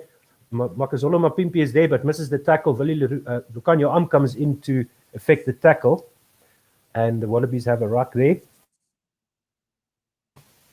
McDermott sends it out to his pot of forwards inside the 22, and McDermott is at the back again, trying to make a little train there for himself to get some space for the box kick. Lines it up now and kicks high up into the air. Comes down just on the 10-meter line of the Wallabies, where Andre Pollard is smashed, but there's some support there for him. Ball goes out now to, who's that? Looks like one of the forwards. Herschel Jantjies is on the park meanwhile. Mostert gets the ball now on the 10-meter line of the Wallabies just about. And Herschel Jantjies will now set up the box kick here at the back of the maul. Ball goes high up into the air. It's going to come down almost where Jantjies kicked it from. So not a great box kick there, but there was no problem there from the referee side. McDermott will now try and do the same. He's just inside the 10-meter line. There's counter-rucking attempts by the Springboks, but the ball goes out to Quake Cooper to the middle of the park. Samu Karevi sends it wide to Ikitau, who's on the wing there. He kicks forward now. Ball goes out on the full, I think, and Len Ikitau will set up that Springbok line out on the far side of the field. Once again, the Wallabies sending the ball wide, finding space, and Len Ikitau was met by Willie Leroux before he kicked the ball forward. He wanted that to stay in play but couldn't make it stick. Apologizes to his teammates, and he's given possession to the Springboks on the halfway line on the far side of the field. Geez, the Springboks need to sort out the defense out wide quickly. Malcolm Marx has the ball, and he throws it in now, collected by Franco Mostert. They set them all to the Springboks. Goes back a little bit. Use it once, like I think is the call. Yeah. No, let's see. I think he says use it now. Malcolm Marx pops away from the maul. He gets tackled just about on the 10-meter line of the Wallabies, 30 meters in from the far side of the field. Jantjies to Pollard. Pollard comes into the traffic, goes out to the far side to Koch, who gets tackled. Jantjies out to Kwagga Smith. No, that's that's Kwagga Smith, who loses the ball forward, and the ball is cleaned up by Korebeti. Hooper brings it now to the near side of the field. Hooper gets it back once again, kicks the ball forward, and it's collected by the cover defense there by Willie Leroux. Andre Pollard is there with him, kicks the ball to the near side of the field. The ball bounces just outside the 22, and it's touched by Quade Cooper, so he has to go back and collect that ball. He brought it back into his 22, so he can't kick it out. He goes to the middle of the field on the 10-meter line. Willie Leroux into the hands of Makazolo Mapimpi, who comes up to the 10-meter line of Australia now. 15 meters in from the near side touchline. And it's stolen by Australia on the ground. They go to the far side. Of the ball goes through the hands, but there are Springbok defenders in play. And it's a very nice pop-up off the ground there too. It looks like Pete Samu, who's into the Springbok 22, 20 meters from the far side touchline. They go to the blind side. Once again, Marika Korebeti dots the ball down in the corner on the far side of the field. Australia stretching their legs now. 30 points to 17 is the score. We apologize that our scorecard here is not updating, but we'll keep calling the score for you. With 67 minutes played, Marika Korebeti gets his second try. 30 points to 17. It'll be a difficult conversion. And we see there that the ball was stolen on the ground by Reece Hodge. Nobody protecting the ball for the Springboks there. And excellent work to pop the ball up off the ground in contact into the hands of Pete Samu, who makes it all the way to the 22. And then the Wallabies attacking the blind side and getting the try. Yeah, Springboks far too slow to sort out their homework when it comes to making sure that they were well prepared there. Maddening if you're a Springbok fan. It just felt like no one was home. Nobody wants to protect the ball for the Springboks. Yeah, no, it's good work by them to get the just punishing the mistakes by the Springboks. That's all they're doing at the moment. Making it look simple and easy. And Quade Cooper will attempt the conversion now from the far side touchline, right on the touchline. Comes forward, strikes it now, and he will pull this one to the left of the left hand upright. And the Springboks have 12 minutes to go in this match, and they are 13 points behind. So 30 points to 17.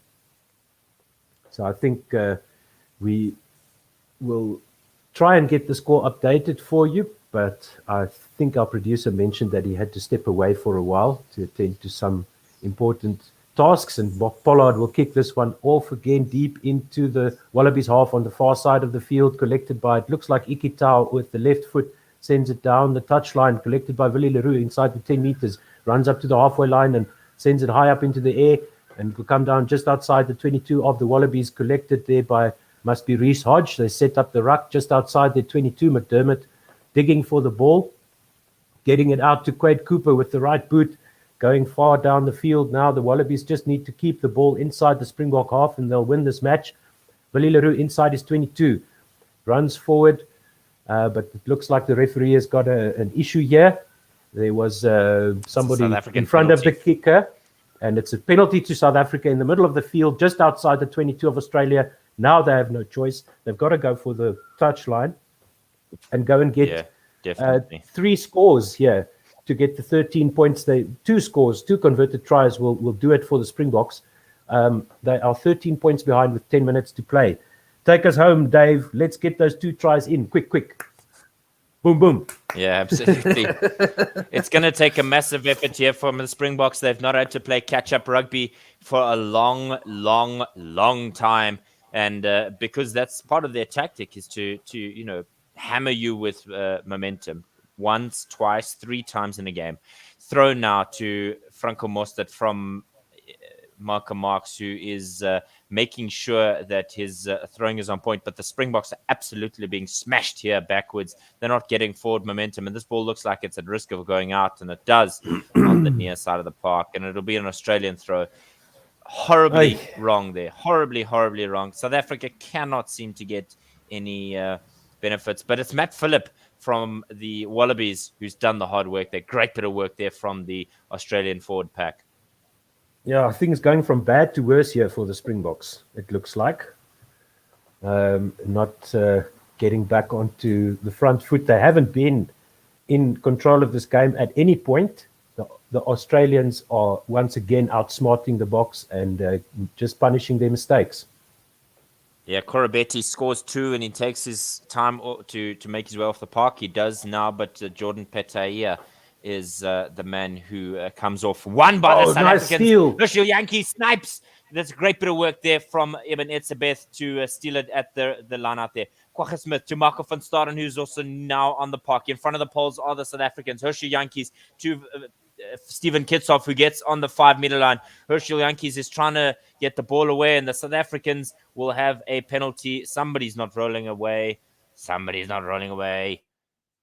Australians guilty. My goodness, it's Michael Hooper that looks like he's guilty. Scrum time for the Springboks. In the middle of the park. My word.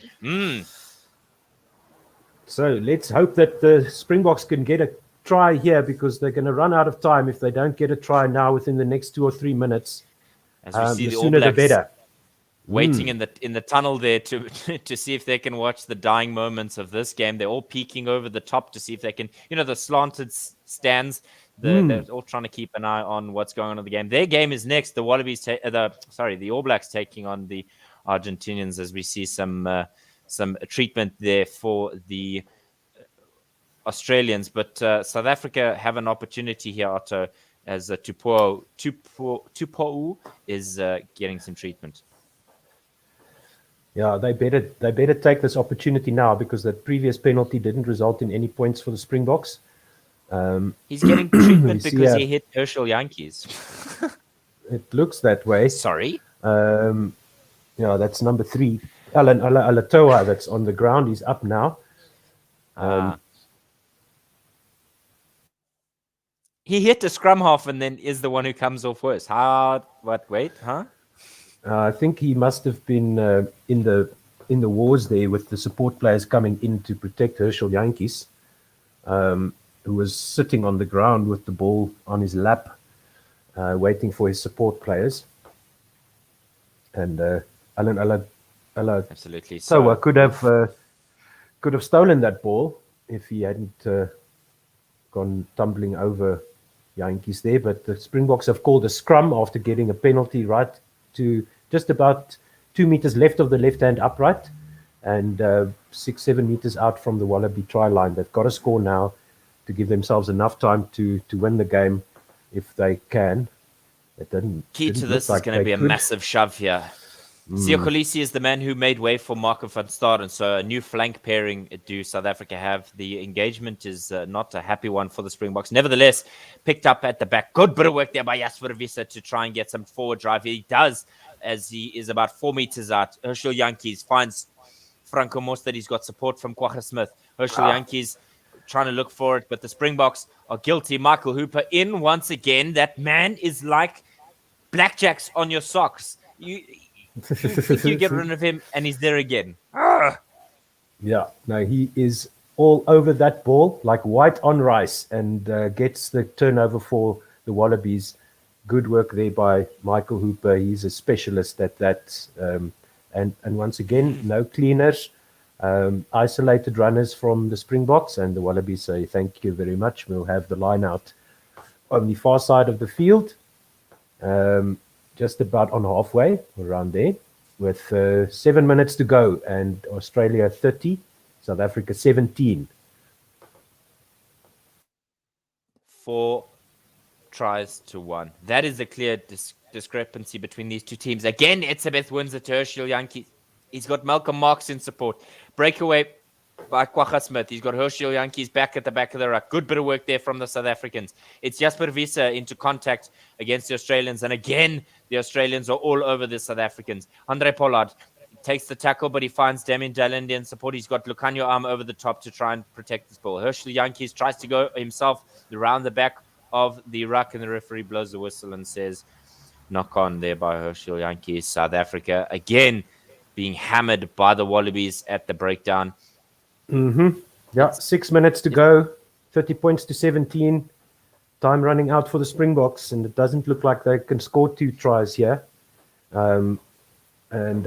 Just knocked on by Herschel Yankees as he picked up the ball and tried to go around the side of the ruck there. And then it would have been a penalty to Australia anyway, as he was holding on to the ball on the ground. Yeah, I don't know. The Springboks need to really take a hard look at themselves after this game, because if they play like this against New Zealand, it's not going to be pretty, Dave. Yeah, Darcy Swain is on the park, and he replaces Isaac Rodder. So the Australians making sure that they're timing their substitutions quickly. There's a long discussion here between Tate McDermott and Quake Cooper. There's clearly a plan that's going to be in place here for the Australians, as we see Quake Cooper getting a small amount of tape from the medic, and the referee says, "You're right, mate. Yeah, no, all good," and away they walk. So Michael Hooper and his charges in his 60th test, a landmark test as Australian captain for him. Otto, you've got to say that they've seriously, they've sussed out what the Springbok team is all about.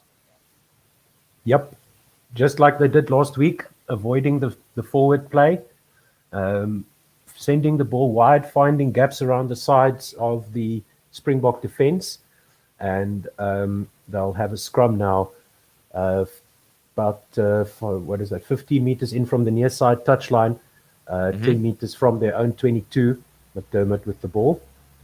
Good solid scrum by both teams. I say that and they immediately collapse it. Tate McDermott looking to go around the blind side, but it is the Australians who are guilty of pulling down the scrum, and so they will get the Springbok. The Springboks have the opportunity now to get a penalty and a hand up in the air there from Alan Alatoa.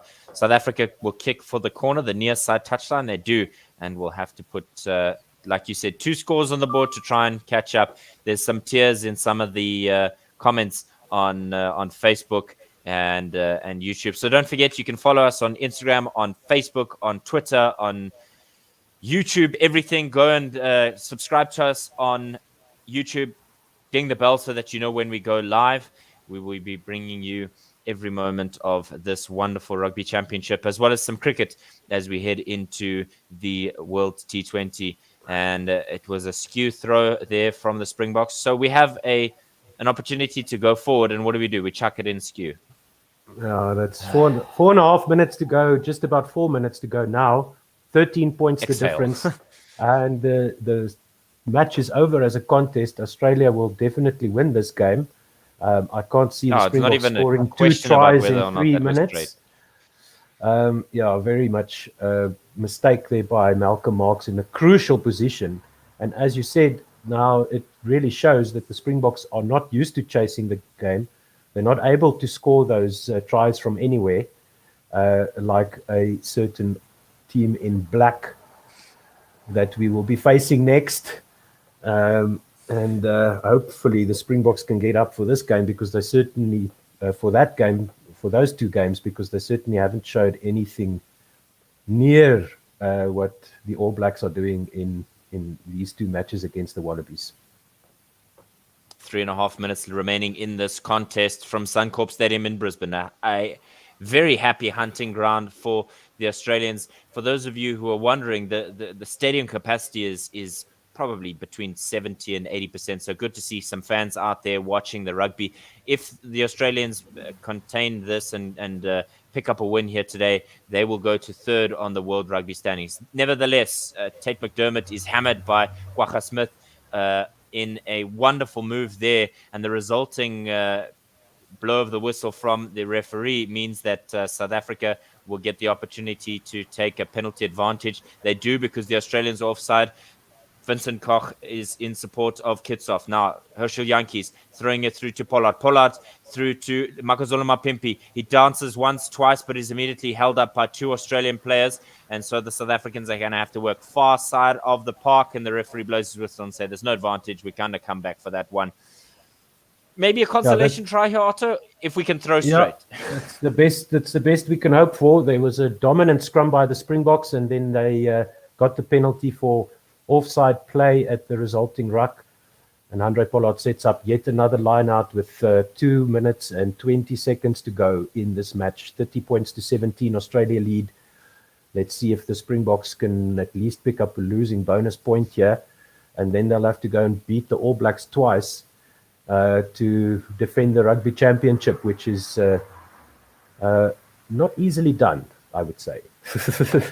Tom Robertson on the park for Taniela Tupo'u as the South Africans collected that wonderful throw there. It's straight this time, thankfully. It is Franco Mostert who is the recipient there. He's willing his charges on to go forward. Malcolm Marx at the back with the ball of the small. The South Africans shifting it wide to the right. Immediately, the Australians are on top of the ball, and it looks like there's a penalty that's coming here. And it does. The Australians are the masters of ruck play. Immediately, you saw it coming. It was choreographed. Malcolm Marx was tackled, and straight away an Australian man was all on his own, trying to make sure that he.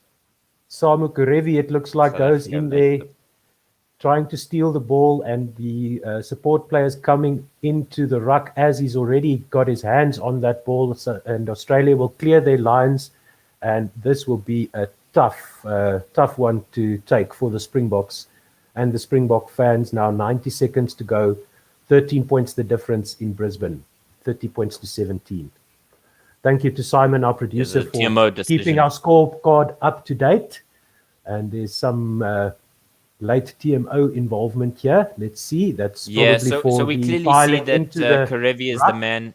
Yeah, it's Jasper Wiese who literally has just chucked his body in there with no intent of trying to clean the ball out legally. And so it was Damien Dalenda and Herschel Yankees who were the cleaners in that ruck. And Jasper Wiese is about 6 months late there. Comes in to try and clean things out. A rush of blood there from the replacement number 8. Yep. After the whistle is blown, nogal, which is even worse. Yeah, as the referee blows the whistle, he goes on with his shoulder onto the head of Samu Kurevi, so that's going to be red card for Jasper Wiese. And although we saw earlier that there was a reprieve from a player who was, but I'm just trying to be an optimist here because I don't think it's going to be a pretty sight for Jasper Wiese. Not at all. He's going to be off the park for the rest of the 90 seconds of this match, or 86 seconds remaining on the clock here as we're watching this game in Brisbane. Absolutely brainless by Jasper Wiese, just diving in with no arms, shoulder straight onto the side of the head of Samu Kurevi, and that's going to be serious consequences for Jasper. Let's see what they say. I can't hear the referees talk, but I reckon he's already got his hand on that red card, the referee. Yeah, it might be the height of the stomach gravy that may save him here. But the Australian crowd is seriously unhappy with it. They're going to have a look again. Yeah, what are they looking for? There's no mitigating circumstances there. He's coming from the side. He's made contact with the head with the shoulder onto the head. Yellow card looks like it's going to be forthcoming. It's after the whistle is blown as well. I think at best is, there we go, yellow card. He's lucky not to get a red, and might get some more sanctions after the game. But he's off the field. Jasper Wiese won't take part in the match any longer. And that's the story of the day for South Africa. Brainless moments costing the Springboks heavy. And also, you can't exactly say it was, one or two lapses in concentration. It was seriously outclassed Springboks, and that's 2 weeks in a row now. And so ahead of the All Black game, South Africa have got to make sure that they at least rectify some of the basic errors that we've seen. If you want to follow us, go join us on Facebook, like the video, and also like our page, One World Sports Radio, as well as on YouTube. Find us and ding the bell so that you can join us for every single moment of it. We do a lot of sport, not just rugby. We do cricket as well. But if you're part of the rugby community, we look forward to speaking with you once again soon. So the throw is a short one, and the Wallabies are into the ruck and tackle area, just outside their 10-meter line in their own half. There's a good bit of work here from the Springboks to try and contain as we head to the final minute now. Tate McDermott, clearly the plan from the Wallabies here is just to hold up play, get numbers of phases through the pods. It's a short throw to the forwards and then just straight into the ruck. And so that's how they're going to wind down the clock here, as they will also collect a bonus point here, will the Wallabies, for their 4 tries this afternoon. Good bit of counter-rucking there from Franco Mostert and Kwagga Smith, but to no avail for the Springboks rather, as they are happy just to hold up play in this way. Just a short pass to a pod of 3 forwards, as we see Vincent Koch is bleeding from his right cheekbone, and the South Africans in the end getting a penalty there. My goodness me, that was a surprise against the head of play, Otto.